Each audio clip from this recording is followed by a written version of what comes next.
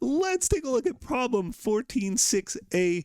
We're going to pay back our bonds early, and that payment is going to happen between interest dates. So this is really a bit of a kitchen sink problem, a challenging problem, but we are up for it. Let's get started. On January 31st, 2031, Bob Company issues $100,000 of 3-year 5% bonds. The market rate of interest is 4. Okay, so we're offering 5%. The market rate is 4%. These are going to be attractive bonds. They are going to fetch a premium, and sure enough, they do. 102.801 is our bond quote. And, sorry, I'm getting a call from spam. I always like getting calls from spam. 102.801 is the bond quote. And what I'm going to say here is you should be able to recalculate this yourself, right? The present value of the $100,000 lump sum in 3 years plus the interest cash flows. You should be able to figure out how we got that 102.801, but that's not asked for here. What is asked for, though, is the journal entry on this January 31st issuance date. So we got cash of 102.801, and that's just $100,000 times the bond quote stated as a percentage, right? $100,000 times 102.80 or 1. Let me do the math in my calculator. 1.02801. There you go. That's how we got there. And this is on January 31st, 2031. The credit here is to bonds payable.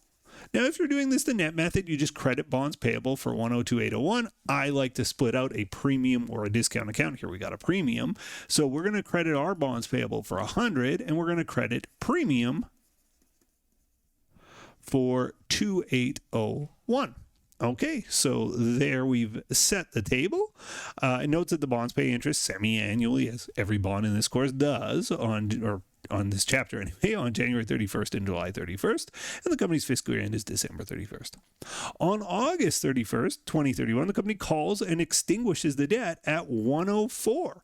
You'll notice that's higher than the premium that people paid, and the reason is because if you want to repay debt early, your investors will penalize you for it. They'll say, okay, you can repay the debt early, but you got to give us a little extra money. So that's us giving them a little extra to get out of this debt early.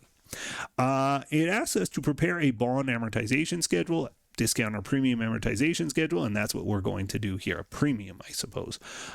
So we'll start with our first item, January 31st, 2031.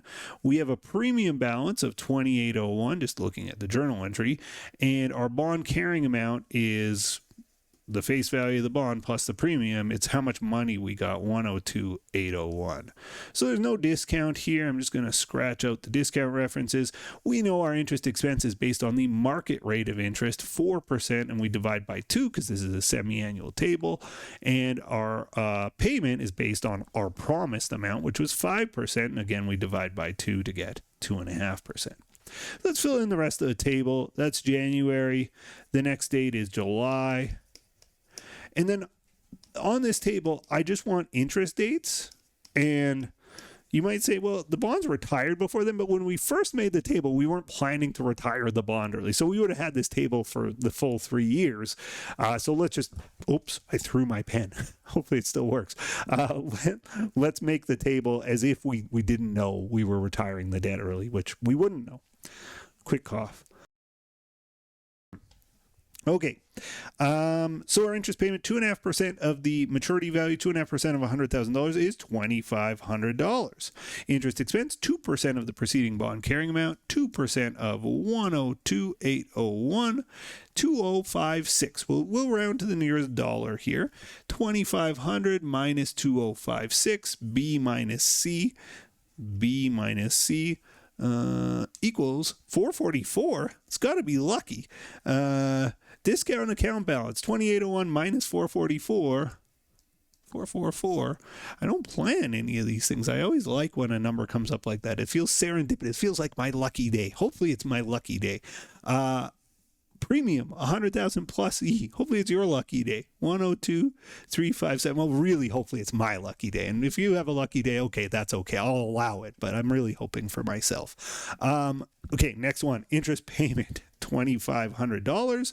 Interest expense, 2% of the preceding bond carrying amount, 0.02 times 102,357, 2047.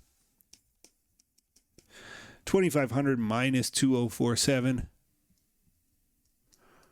453. Okay, we didn't get any repeating digits like the last one. The luck seems to have run out.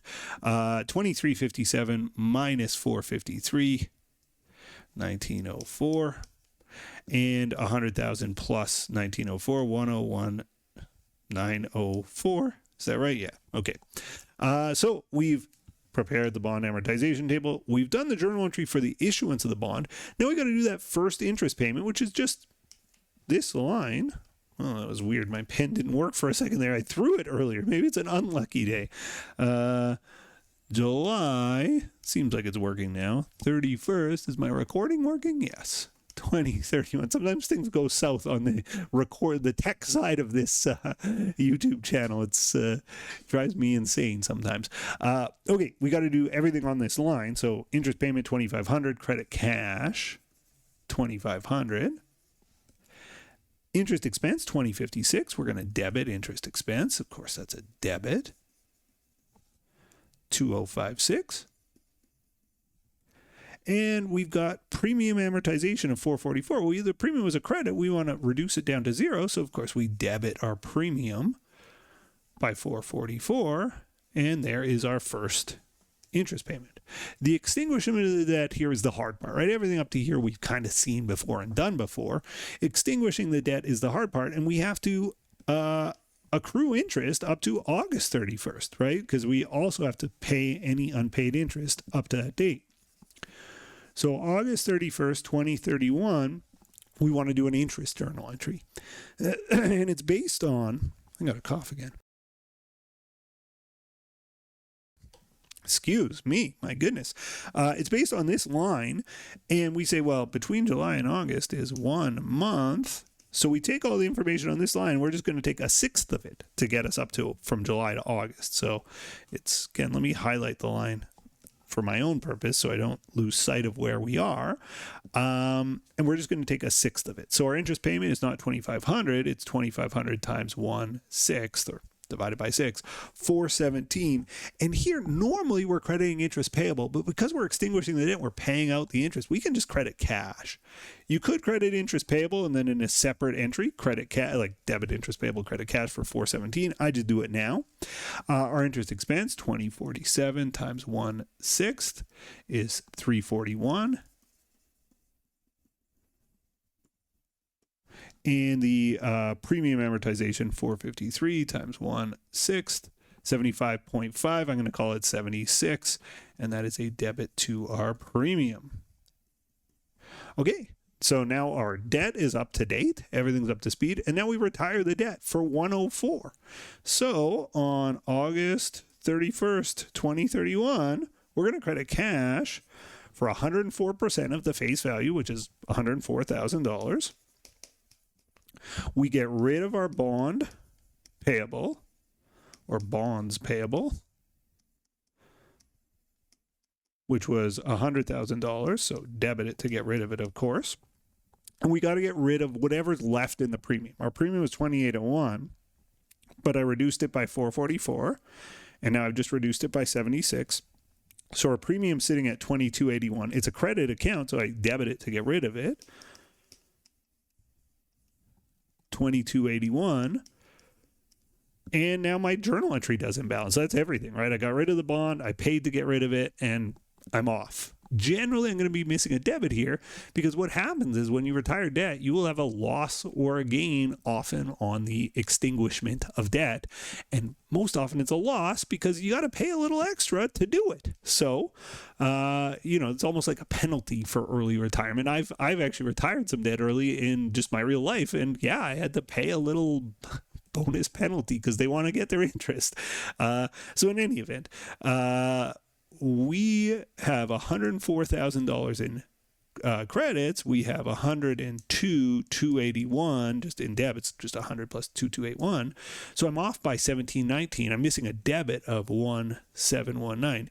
If we're missing a credit, and it is possible we could gain on extinguishing debt, it's unusual. It's possible but unusual. More often than not, you will have a loss on extinguishment of debt, which I'll just call a loss on extinguishment. What a word, extinguishment. It's a word I've never used outside of debt, but there we go. We've done it. We've solved 14.6a. If you made it to the end, thank you so much for watching. Thanks for being here, and I'll see you in the next video. Bye for now. The next video in our series is right up here, and if you want a supercut of all of the videos in this series, that's the one down below.